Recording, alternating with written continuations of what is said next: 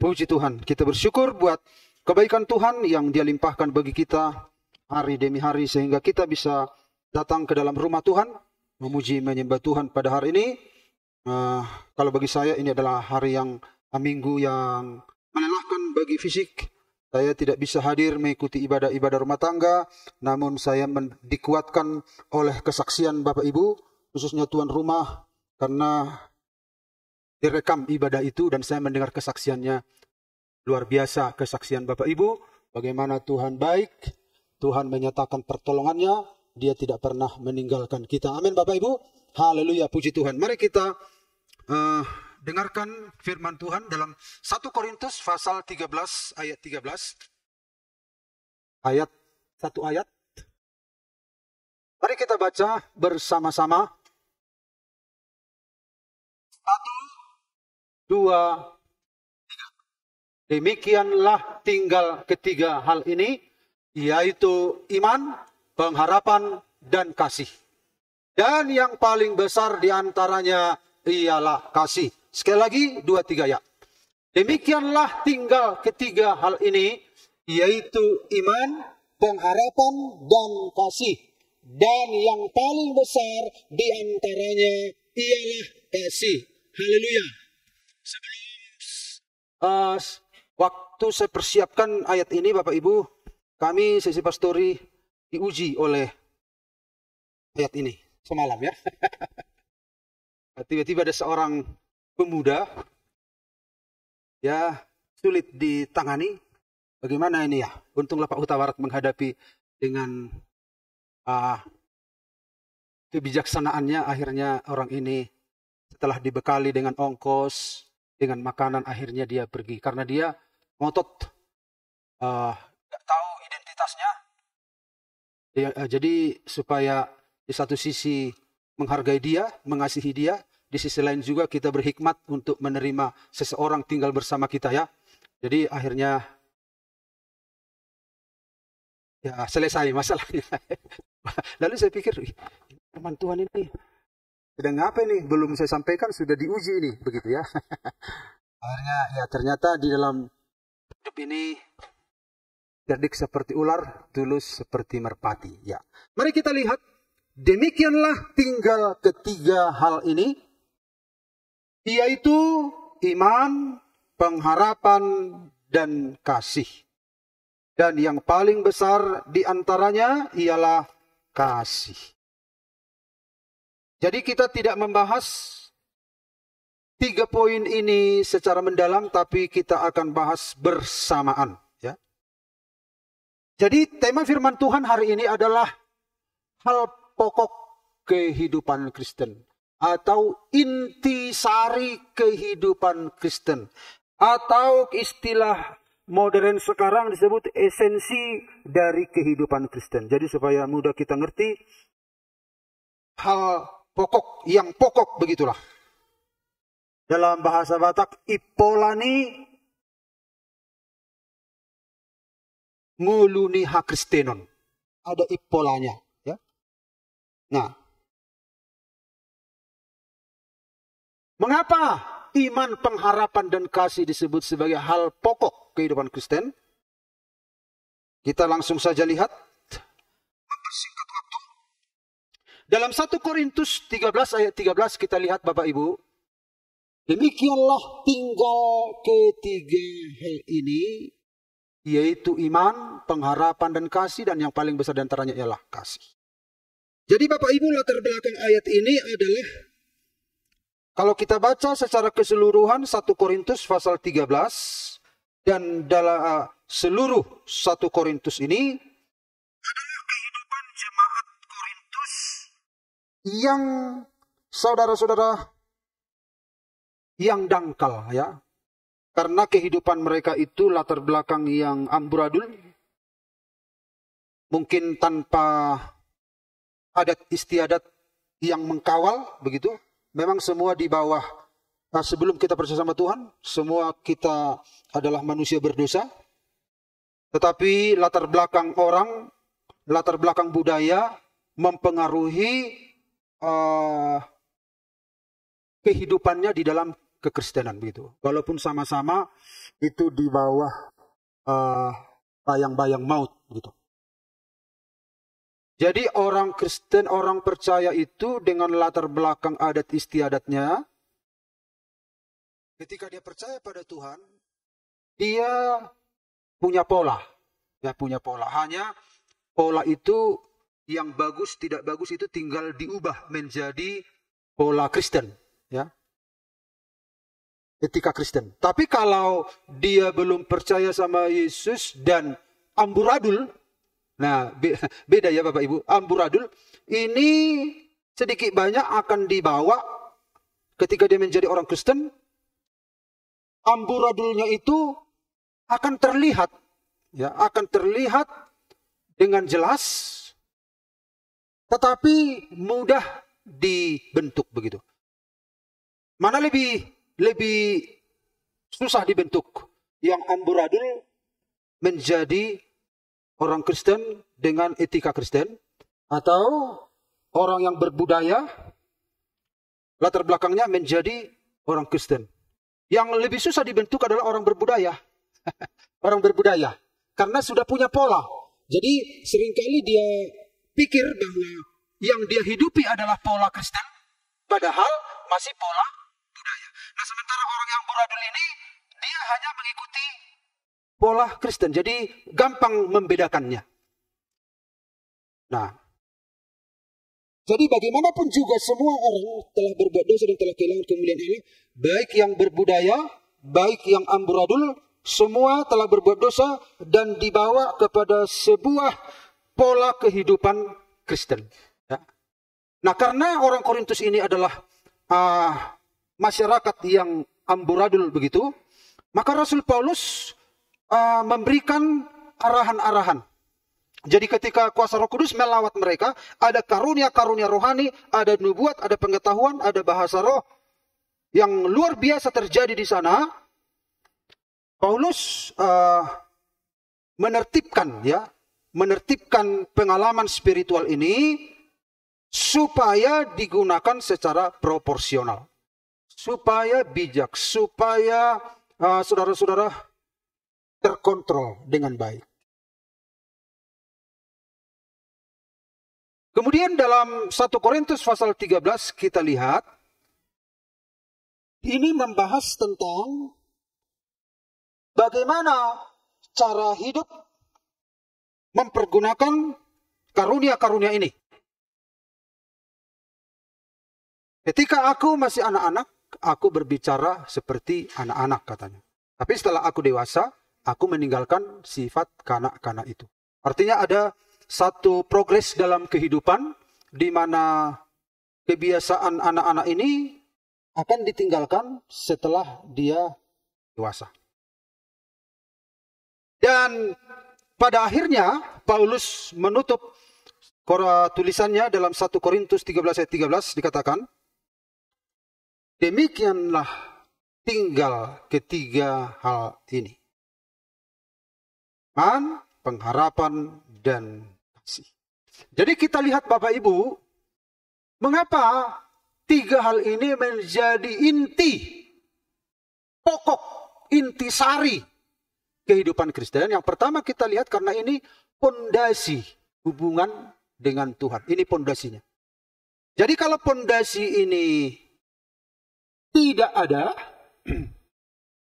maka bangunan itu akan hancur. Kalau kita lihat 2 minggu yang lalu, saudara-saudara, Yesus adalah pokok anggur. Kita adalah ranting-ranting yang gosong, yang tidak ada kehidupan. Jadi di dunia ini, semua orang bisa melakukan segala sesuatu tetapi tanpa kehidupan. Seperti zombie terlihat hidup tapi sebenarnya mati. Jadi semua perilaku di luar Tuhan, ya, perbuatan-perbuatan, tingkah laku di luar Tuhan, Alkitab mengatakan segala kebaikan manusia, segala kesalehan manusia bagaikan kain kotor. Artinya dari standar kesucian Tuhan, manusia itu tidak bisa mencapai standar. Semuanya di bawah standar. Jadi sebaik-baiknya manusia di dunia ini, entah dia bertapa, entah dia baik, entah dia tidak pernah mencuri, entah segala macam, tapi tetap di bawah standar, tidak dihitung. Bagaikan bunga plastik saja yang indah, yang akan dibakar oleh api. Nah, kita dulu bagaikan itu ya. Jadi Yesus adalah pokok. Yesus adalah orang Israel asli. Tuhan ingin supaya ranting-ranting di seluruh dunia ini, ranting-ranting ini adalah orang-orang kafir yang tidak percaya, tidak ada pengharapan, tidak ada identitas, pulang tidak diharapkan. Siapa yang mengharapkan? Siapa yang mengharapkan? Gak punya identitas.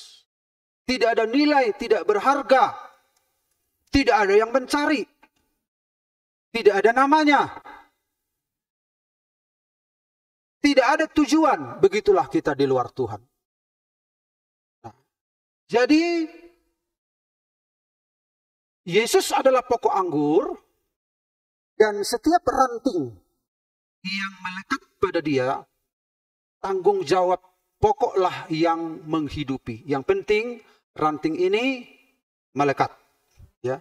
Jadi kehidupan itu bukan saudara dan saya sumbernya. Kita nggak punya kehidupan. Pokoklah sumber hidup itu sendiri. Nah, ketika kita dengar firman Tuhan ini diperdengarkan kepada kita. Akulah jalan, kebenaran, dan hidup. Tidak seorang pun yang sampai pada Bapa kalau tidak melalui aku. Karena begitu besar kasih Allah akan dunia ini. Sehingga ia mengaruniakan anaknya yang tunggal. Supaya barang siapa yang percaya kepadanya tidak binasa. Melainkan beroleh hidup yang kekal. Berita itu menggema di bawah kolong langit ini. Manusia itu tadinya nggak ada harapan. Ketika berita itu menggema di bawah kolong langit ini. Bahwa ada jalan keluar. Bahwa ada keselamatan. Muncullah apa? Iman. Iman timbul dari pendengaran. Pendengaran oleh firman Kristus. Jadi saudara-saudara muncul iman. Mulai ranting ini melirik ke sini. Wah, oh itulah hidup itu. Kemudian Alkitab mengatakan muncul juga apa? Pengharapan. Pengharapan itu bagaikan sauh yang kuat. Jadi kalau kita memanjat tebing, biasanya ditaruh tali, lalu atau dilemparkan tali, lalu kita begini. Di satu sisi, misalnya pemanjat tebing ini mau ke sana, gitu kan? Bagaimana caranya? Dilempar tali. Itulah pengharapan. Lalu dia naik. Jadi muncullah iman. Dia sadar bahwa dia harus melekat ke sini. Kemudian apa? Muncullah pengharapan. Menarik dia lebih dekat pada Tuhan. Untuk melekat pada Tuhan. Jadi iman, pengharapan, dan akhirnya kehidupan ilahi mengalir dari pokok itu. Dan akhirnya ranting itu pun menjadi seirama dengan pokok itu.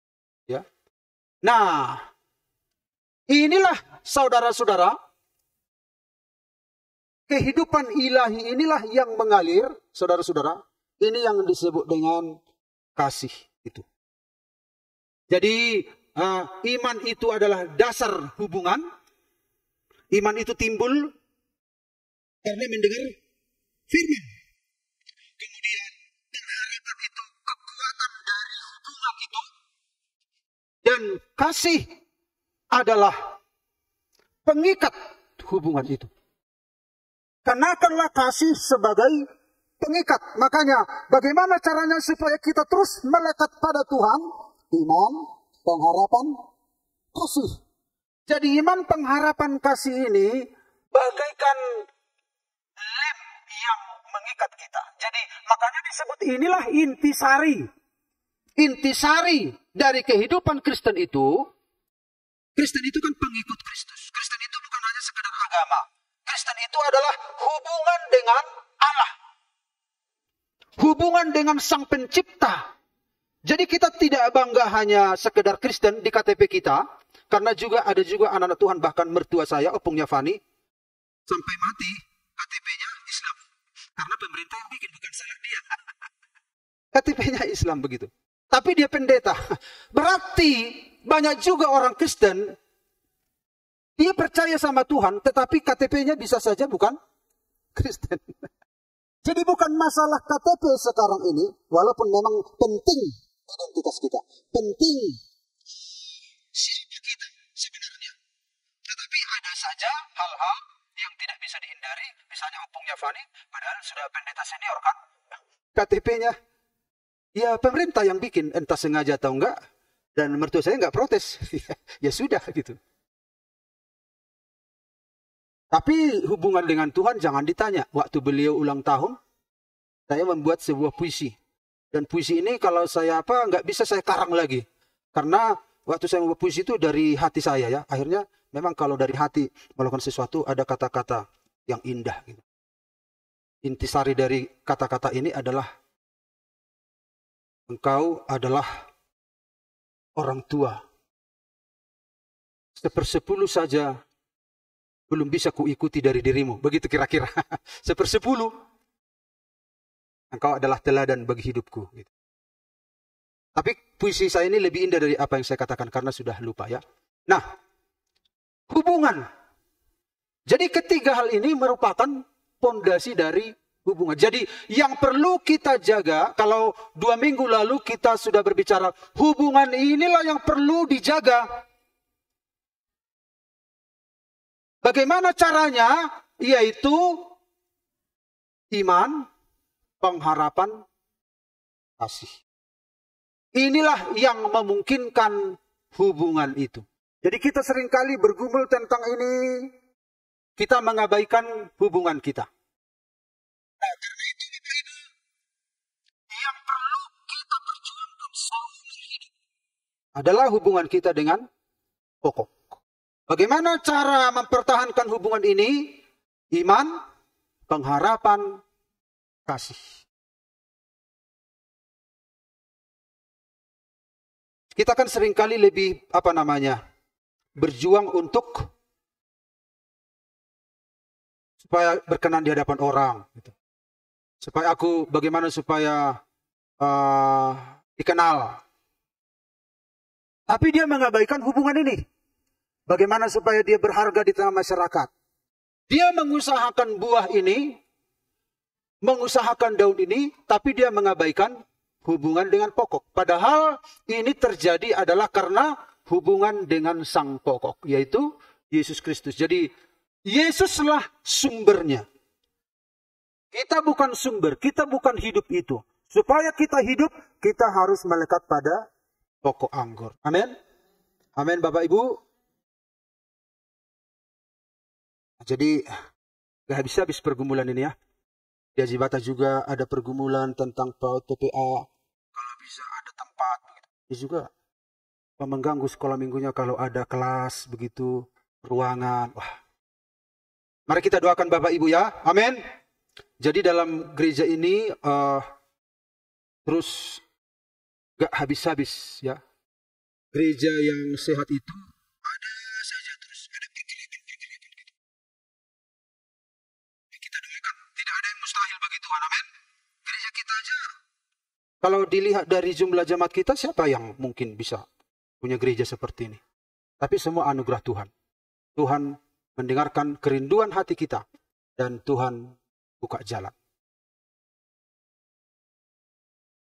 Jadi saudara-saudara, iman, pengharapan, kasih ini adalah pondasi hubungan. Lalu yang kedua kita lihat,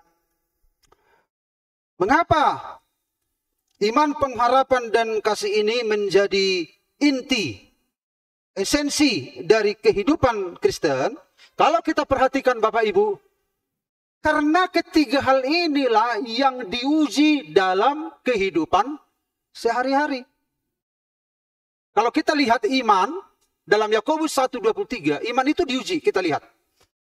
Sementara bidang yang lain sulit mendapatkan bahwa bidang itu diuji. Tapi yang ini jelas-jelas dikatakan, saudara-saudaraku, anggaplah sebagai suatu kebahagiaan apabila kamu jatuh ke dalam berbagai-bagai pencobaan. Sebab kamu tahu bahwa ujian terhadap imanmu itu menghasilkan ketekunan.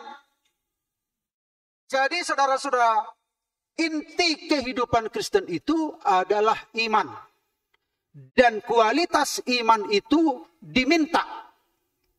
Untuk mendapatkan iman itu berkualitas atau tidak, dia diuji. Dia diuji. Seperti kesaksian Ibu Gultum ya, di video itu direkam Fani. Ya, sempat guncang ya karena dia menolong seorang bayi, tahu-tahu karena bayinya mati dia dituduh malah membunuh, begitu ya. Wah, ini kan satu serangan yang luar biasa. Tapi akhirnya ibu ini berkemenangan. Malah jadi lolos ketiga kaya, Bu ya. Jadi ada hal-hal yang membuat iman kita diuji. Bahkan namanya pun ada di Facebook dan di segala macam media sosial untuk menekan. Bagaimana Bapak Ibu bisa bayangkan keadaan saudara? Kalau omongan orang-orang saja sudah susah kita menghadapi. Apalagi di media sosial. Siapa yang bisa menangkal ini? Baik keluarga bayi yang meninggal, baik orang-orang, wah bisa stres. Tapi ternyata ibu ini tetap, oleh karena anugerah Tuhan, dia tetap beriman. Amin. Dan Tuhan tolong hingga saat ini. Iman itu diuji. Ya. Iman itu diuji. Sebab kamu tahu bahwa ujian terhadap imanmu itu menghasilkan ketekunan. Jadi masalah-masalah yang kita hadapi itu adalah sedang menguji iman kita. Iman kita itu punya kualitas atau enggak.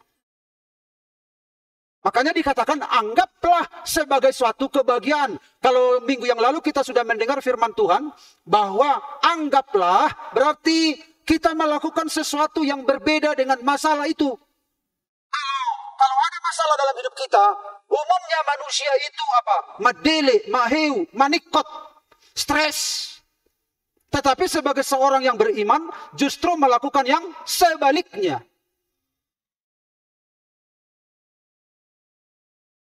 Namun aku akan bersorak-sorai, kata Habakuk. Sekalipun pohon ara tidak berbunga, pohon anggur tidak berbuah, hasil pohon zaitun mengecewakan, sekalipun ladang-ladang tidak menghasilkan bahan makanan, kambing domba terhalau dari kurungan. Itu adalah kondisi yang sedang menekan Habakuk. Masalah yang menekan. Sekalipun. Itu adalah kondisi yang ekstrim.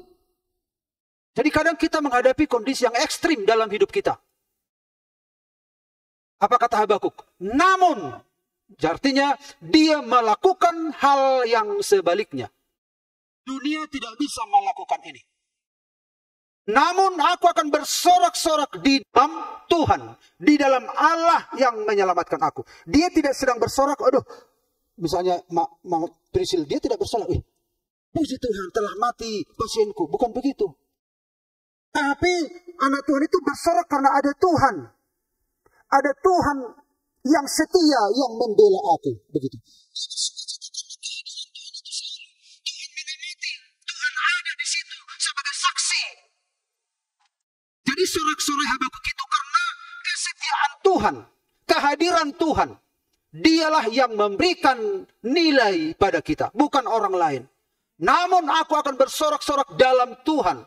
Kita tidak bersorak-sorak karena kita baru jatuh tadi dari kereta. Puji Tuhan jatuh aku tadi. Bukan begitu. Atau kita lihat teman kita terluka. Lalu kulitnya terbuka. Oh haleluya. Puji Tuhan terluka. Oh haleluya. Kalau bisa lebarkan lagi lukanya. Bukan begitu. Tapi kita bersorak-sorak. Makanya perhatikan setiap frasa dari ayat itu. Bersorak-sorak di dalam Tuhan. Tuhan penyebabnya. Tuhan penyebab kegembiraan itu. Bukan luka itu. Kalau kita bersorak-sorak karena luka itu, kita kan orang gila kan? Kita bersorak-sorak karena walaupun aku begini, tapi Tuhan ada tetap, Tuhan menyertai, Tuhan setia, dan Tuhan mengontrol, Tuhan mengendalikan segala keadaan ini. Bukankah nyanyian kita, Allah kuasa melakukan segala perkara. Dia mengatur segala masa, dia pengendali. Segala sesuatu ada di bawah kendalinya Tuhan. Dan Tuhan yang punya kendali itu, dia Bapa kita, aku anaknya. Dia punya kuasa. Yang berkuasa itu adalah Bapakku. Aku anaknya. Itu sukacita kita. Di mana kita pergi, oh itu anak Tuhan. Oh itu anak Tuhan. Oh itu pewaris kerajaan Allah. Walaupun orang benar itu sering jatuh, tetapi tidak dibiarkan tergeletak. Itu sukacita kita. Bergembiralah karena Tuhan katanya. Karena Tuhan. Nah, kegembiraan karena Tuhan itu akan menolong kita menghadapi luka-luka itu. Sudut pandang kita akhirnya dibaharui dan kita tidak tersita energi kita karena kecewa, karena kita jatuh, menghabiskan waktu, tenaga, pikiran kita. Toh juga nanti Tuhan akan campur tangan begitu. Karena manusia kan sifatnya ya begitu. Walaupun dia percaya atau tidak percaya sama Tuhan, tidak luput dari masalah-masalah. Itu sudah hukum. Nah, jadi yang berikut adalah bergembiralah akan hal itu, sekalipun sekarang ini kamu seketika harus berduka cita oleh berbagai-bagai pencobaan. Maksud semuanya itu ialah untuk membuktikan kemurnian imanmu yang jauh lebih tinggi nilainya daripada emas fana yang diuji kemurniannya dengan api, sehingga kamu memperoleh puji-pujian dan kemuliaan dan kehormatan pada hari Yesus Kristus menyatakan dirinya. Jadi membuktikan kemurnian iman. Makanya intisari kehidupan Kristen itu adalah iman, pengharapan, kasih. Karena ketiga hal ini menghadapi ujian supaya berkualitas. Bagaimana dengan pengharapan? Nah, kita lihat pengharapan. Roma 5 ayat 3 dan 4. Dan bukan hanya itu saja. Kita malah bermegah juga dalam kesengsaraan kita.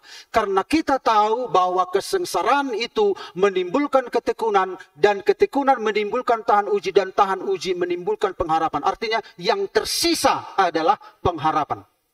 Yang tersisa itu dari hasil ujian-ujian itu adalah pengharapan. Timbullah pengharapan dari semua ujian-ujian itu. Jadi pengharapan itu diuji. Satu ayat lagi tentang pengharapan. Masih banyak tapi saya singkat ternyata. Kasih. Kasih juga diuji. 1 Yohanes 4:20. Jikalau seorang berkata, aku mengasihi Allah. Dan ia membenci saudaranya. Maka ia adalah pendusta. Karena barang siapa tidak mengasihi saudaranya yang dilihatnya, tidak mungkin mengasihi Allah yang tidak dilihatnya. Jadi ujian terhadap kasih adalah saudara-saudara kita. Kasih ini ujiannya adalah saudara kita. Makanya ketika terjadi tadi malam itu langsung ini firman Tuhan ini langsung ternyata bisa ditangani dengan baik. Ya. Satu sisi kasih dilaksanakan pada sesama manusia. Di sisi lain juga kasih itu tidak membabi buta, tapi berhikmat. Kami nggak tahu kalau dia nginap di sini sama dengan anak-anak muda, mana tahu malam-malam langsung, karena ada banyak kasus-kasus begitu kan. Tapi di satu sisi kita menjaga diri kita, di sisi lain kita menolong dia. Jadi saudara-saudara, ujian terhadap kasih itu adalah bagaimana kita memperlakukan saudara-saudara kita. Lalu yang berikut, ayat yang berikut adalah 1 Korintus 13 ayat 7. Ia menutupi segala sesuatu. Itu kasih. Percaya segala sesuatu. Mengharapkan segala sesuatu. Sabar menanggung segala sesuatu. Kasih itu diuji oleh keadaan-keadaan ini ya. Menutupi segala sesuatu, percaya segala sesuatu, mengharapkan segala sesuatu, sabar menanggung segala sesuatu. Jadi ia ini adalah kasih. Kalau Bapak Ibu nanti baca 1 Korintus pasal 13, itu tentang kasih. Jadi kasih itu ujiannya segala sesuatu itu. Sabar enggak dia? Ditutupi enggak segala sesuatu? Bukan menutupi dosa, maksudnya itu adalah ini Bapak Ibu ya, tetapi menutupi kekurangan-kekurangan teman kita, bukan menggambar-gemborkan kekurangannya, tapi menutupi. Sekarang kan di zaman sekarang niru-niru di YouTube, semua kesalahan orang dibicarakan, kesalahan orang dibicarakan. Apalagi semakin terkenal orang dibicarakan, YouTube-nya makin terkenal. Nah misalnya, kalau Bapak Ibu mau terkenal, bikin YouTube, caranya adalah kritiklah yang paling terkenal di Indonesia, Jokowi. Nah, kalau saudara mau menjadi YouTuber Kristen terkenal, kritiklah pengajaran pendeta besar di Indonesia. Katakan saja, pendeta ini sesat. Nah, saudara akan terkenal. Nah, supaya terkenal sekarang ini, semua kesalahan-kesalahan orang digembar-gemborkan. Sepertinya itu sesuatu yang wajar. Tapi anak Tuhan tidak demikian. Amin. Justru kita menutupi bukan menutupi borok seseorang, bau seseorang, tetapi supaya orang itu tidak semakin terpojok, supaya tidak semakin hancur hidupnya, kita yang meredam informasi itu. Bukannya kita menutupi, saudara-saudara mendukung kekurangannya, tetapi kita menolong dia meminimalisir berita keburukannya itu. Itu yang disebut dengan menutupi segala sesuatu. Percaya segala sesuatu. Percaya maksudnya dia tidak curiga, ya, curiga melulu begitu ya. Di sini konteksnya percaya segala sesuatu itu dengan berhikmat maksudnya, ya. Mengharapkan segala sesuatu, sabar menanggung segala sesuatu. Itulah kasih. Ujian terhadap kasih itu adalah segala sesuatu itu. Jadi ternyata diuji Bapak Ibu. Jadi makanya itu disebut inti kehidupan Kristen. Itu intinya. Nah kemudian kita lihat Bapak Ibu 1 Korintus 13 ayat 13. Demikianlah tinggal. Huruf warna kuning. Tinggal ketiga hal ini. Yaitu iman, pengharapan, dan kasih. Dan yang paling besar diantaranya ialah kasih. Kata tinggal di sini berarti ini adalah elemen yang harus tetap ada di dalam kehidupan Kristen sampai kekal. Ya, ini kekal. Ini harus tetap ada. Mungkin yang lain bisa ada, bisa tidak. Tetapi ketiga hal ini Rasul Paulus mengatakan tinggal ketiga hal ini. Kata tinggal dalam bahasa Yunani disebut meno, tetap atau berdiam. Berarti tetap ada atau terus ada. Jadi artinya adalah menunjukkan elemen yang harus terus menerus ada dalam kehidupan orang percaya. Makanya disebut inti kehidupan Kristen itu adalah iman, pengharapan, kasih. Dan ini harus terus menerus ada. Karena ini akan bertahan terus sampai kepada kekekalan. Dalam 1 Korintus pasal 13 dikatakan di sana, anak-anak Tuhan jangan salah mengerti tentang konteks ini. Ayat ini yang dipakai oleh orang-orang yang menyerang pengalaman spiritual Pantekosta karismatik. Dan Bapak Ibu jangan salah mengerti tentang ini. Dikatakan di sini Bapak Ibu, ayat 8, kasih tidak berkesudahan. Nubuat akan berakhir. Bahasa roh akan berhenti. Pengetahuan akan lenyap. Sebab pengetahuan kita tidak lengkap dan nubuat kita tidak sempurna. Tetapi jika yang sempurna tiba, maka yang tidak sempurna itu akan lenyap. Jadi banyak orang salah memahami tentang ayat ini. Mereka mengatakan karena ketiga hal inilah yang bertahan sampai kepada kekekalan. Berarti nubuat tidak penting, bahasa roh tidak penting, pengetahuan tidak penting. Tetapi maksudnya di sini adalah kalau misalnya kita naik ke gedung. Ada kan tangga di situ, tangga. Tep, tep, tep, tep, tep, sampai kita di atas. Kalau sudah kita sampai di atas, dan kita akan tetap tinggal di atas, tidak turun lagi, masih butuh tangga? Tidak. Artinya kalau kita sudah sampai di tujuan, kita tidak butuh lagi tangga. Tangga itu adalah ini, ada bahasa roh, ada pengetahuan, ada nubuat. Jadi untuk membawa kita kepada tujuan itu tadi. Nah kalau sudah sampai di tujuan itu, kan nggak butuh lagi. Karena apa? Di surga itu sudah lengkap kesempurnaan. Di sana ada bahasa malaikat, bahasa surga. Satu waktu Rasul Paulus pergi ke tingkat ketiga langit, ada bahasa-bahasa yang tidak bisa diucapkan, tetapi bahasa roh kita itu adalah menjadi tangga untuk ke sana. Nubuat juga demikian, pengetahuan juga demikian. Bukan berarti orang bisa sampai ke sana lalu dibuanglah ini. Orang salah mengerti. Artinya sudah tidak berfungsi lagi karena sudah sampai di tujuan. Karena sudah ada kegenapan, kesempurnaan dari tahapan-tahapan itu. Itu maksudnya. Bukannya dibuang, kita nggak butuh, nggak. Di sini salah mengerti banyak orang.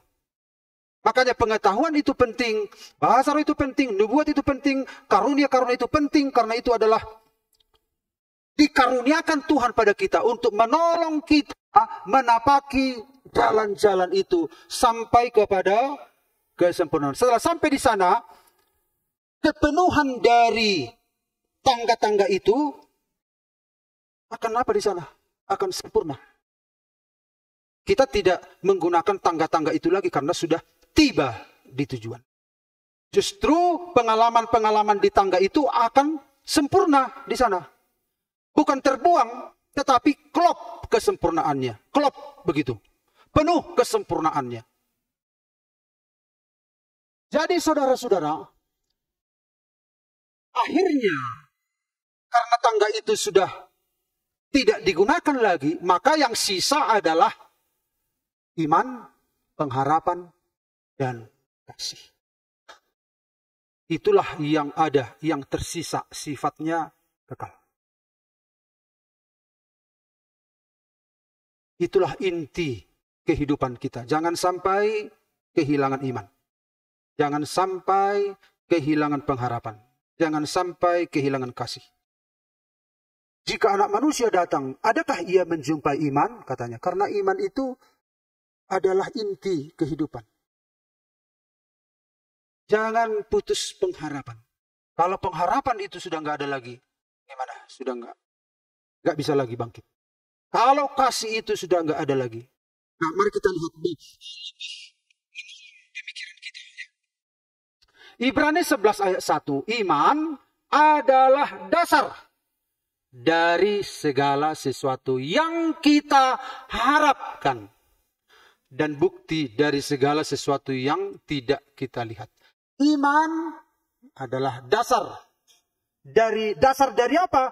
Dari pengharapan. Jadi ternyata ini tidak bisa dipisah ya, iman dan pengharapan ini. Jadi kalau saya ilustrasikan ini adalah iman, ini adalah harap. Iman adalah dasar. Dari apa? Segala sesuatu yang diharapkan. Ini kan, yang diharapkan ini kan ini. Jadi kalau mau berharap ada ini, harus ada dulu ini. Jadi iman itu dasar. Jadi hubungan antara iman dan pengharapan itu mungkin sulit dibedakan. Ya sulit dibedakan. Tapi itu dalam pelaksanaannya seperti sama. Tetapi istilahnya beda begitu ya. Iman dan pengharapan ini. Jadi kalau saya ibaratkan tadi iman dan pengharapan ini bagaikan apa? Ketika disampaikan firman Tuhan, sepertinya Tuhan itu melemparkan pancing kepada ikan. Lalu ikan itu dilihat umpan ini. Tapi ini bukan arti negatif ya Bapak Ibu. Bukan arti negatif. Lalu dimakan. Lalu dia ditarik begitu. Jadi ketika ditarik itulah pengharapan. Ada lagi ilustrasi yang bisa menolong? Jadi Itu kira-kira perbedaan iman dan pengharapan. Atau begini contoh ya. Ada satu di satu kejadian mahasiswa sedang arung jeram ya. Terus ada mahasiswa yang naik kapal karet. Mereka itu cari cari sensasi lah begitu. Jadi ada air terjun di sana. Jadi mahasiswa ini dibiarkan dulu hanyut, dibiarkan. Serunya acara ini adalah ketika mau jatuh ke bawah, mahasiswa ini langsung apa? Wah, dilawan arus. Kan semakin dekat air terjun kan semakin kuat arus, dilawan. Wah, akhirnya lewat, tepuk tangan semua. Oh, luar biasa, luar biasa. Aku dulu kata mahasiswa lain. Dibiarkan dulu lebih lama. Hanyut. Cepat dayung katanya. Enggak, aku mau menunjukkan aku lebih hebat gitu. Cepat dayung, udah makin keras, makin deras arusnya menuju air terjun. Tenang katanya. Dia ingin lebih hebat dari temannya. Akhirnya gak bisa lagi didayung. Wah, setengah mati dia, arus begitu kuat. Dia mau udah jatuh. Datanglah orang melempar tali. Dilempar ke sisi perahu. Gitu. Tangkap talinya. Lalu ketika dilihat tali, oh iya ada tali. Cep, gitu. Nah, ketika ditangkap talinya itu seperti iman lah gambarannya. Nah, jadi kemudian dia ditarik. Jadi ketika dia percaya bahwa tali itu akan menyelamatkan dia. Kemudian dia ditarik. Tali itulah yang menahan dia supaya tidak hanyut. Akhirnya dia ditarik dan akhirnya dia selamat. Nah, di situ iman dan pengharapan begitu, ya. Iman dan pengharapan begitu. Bapak Ibu sudah bisa ditangkap Bapak Ibu? Nah, nanti kalau nggak bisa ditangkap, bisa tanya Pak Yusuf atau Pak Bakara atau Pak Rihandi. Soalnya Pak Rihandi kalau saya lihat di sini agak silau. Tapi dia pemain drum kita ya, puji Tuhan. Jadi ini elemen yang harus tetap ada. Amin Bapak Ibu. Nah, kasih itu di mana? Ini yang menyatukan ini. Kasih itu. Ini tidak bisa terpisah ini dengan ini. Iman, pengharapan, kasih. Kasih itulah yang menyatukan. Yang merekatkan. Yang membuat bagian-bagian ini menyatu. Itulah kasih.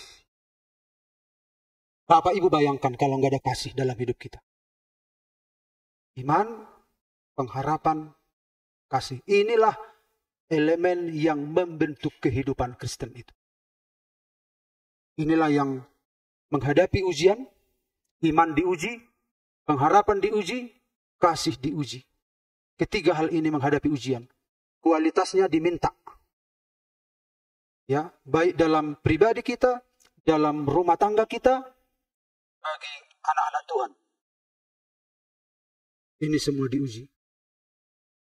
Nah, kalau dalam bangunan,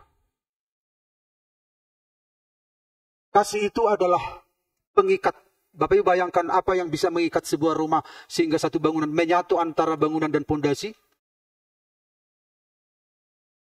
Yaitu ada semennya, ada pakunya. Pokoknya semua menjadi satu. Nah, itu kasih. Yang menyatukan semua bagian-bagian itu yang disebut dengan kasih.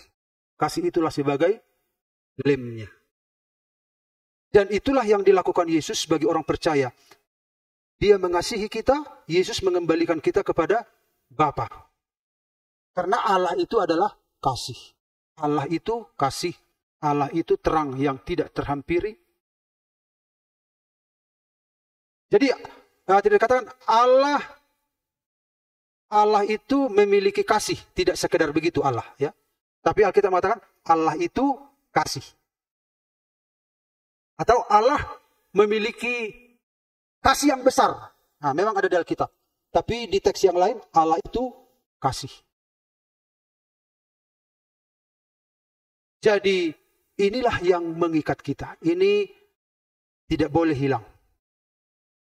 Ini yang membuat kita berkemenangan dalam hidup ini. Amin Bapak Ibu. Sebab di hadapan Allah, mari kita lihat elemen yang harus tetap ada ini. Selalu diulang-ulang Rasul Paulus di berbagai suratnya. Dia begitu teliti, ya. Jadi dia menulis surat bukan sembarang menulis. Dia konsisten pada pengajarannya yang diilhamkan oleh Tuhan. Yaitu tentang ketiga hal ini. Sebab di hadapan Allah Bapa kita, kami selalu mengingat pekerjaan imanmu. Iman. Usaha kasihmu. Dan ketekunan pengharapanmu.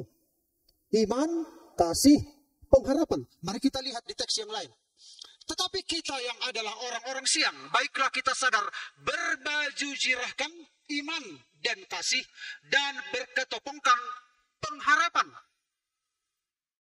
Ini tidak asal-asal ditulis, memang benar-benar ketiga elemen ini sifatnya kekal. Ketiga elemen ini harus ada di dalam setiap anak-anak Tuhan, terus menerus. Amin. Karena itulah pondasinya. Coba kalau nggak ada ini dalam kehidupan kita, dalam rumah tangga kita, dalam kehidupan bergereja, nggak ada ketiga hal ini. Kita banyak uang, tetapi nggak ada ketiga hal ini. Kita terkenal, kita punya pangkat, kita punya gelar, tapi nggak ada ketiga hal ini. Nggak ada nilai, nggak ada esensi, nggak ada inti, kosong, bagaikan bawang. Tahu bawang Bapak Ibu? Kalau Bapak Ibu lihat bawang, bawang bombay lah gitu. Dikupas kulit pertama, jumpa bawang. Ya kan? Yang Bapak Ibu jumpai apa? Mak Reza lah sebagai chef koki di... Dikupas Mak Reza bawang, kulitnya lagi. Yang kelihatan apa? Bawang. Dikupas lagi kulitnya, yang kelihatan apa? Bawang. Dikupas lagi, yang kelihatan apa? Bawang. Dikupas sampai habis, apa sisanya? Nggak ada. Dunia ini tanpa iman, pengharapan, kasih, kosong. Ini elemen yang bertahan. Nah, satu ayat lagi, memang masih banyak ayat. Karena kami telah mendengar tentang imanmu dalam Kristus Yesus dan tentang kasihmu terhadap semua orang kudus. Oleh karena pengharapan yang disediakan bagi kamu di surga. Jadi iman, kasih, pengharapan. Iman, pengharapan, kasih. Ini adalah intisari yang harus kita miliki, yang harus kita kobarkan, yang harus bertumbuh dalam kehidupan kita. Sehingga kita, saudara-saudara, mengalami kemenangan di dalam berbagai bidang kehidupan. Dalam kehidupan kita. Amin Bapak Ibu. Inilah renungan firman Tuhan.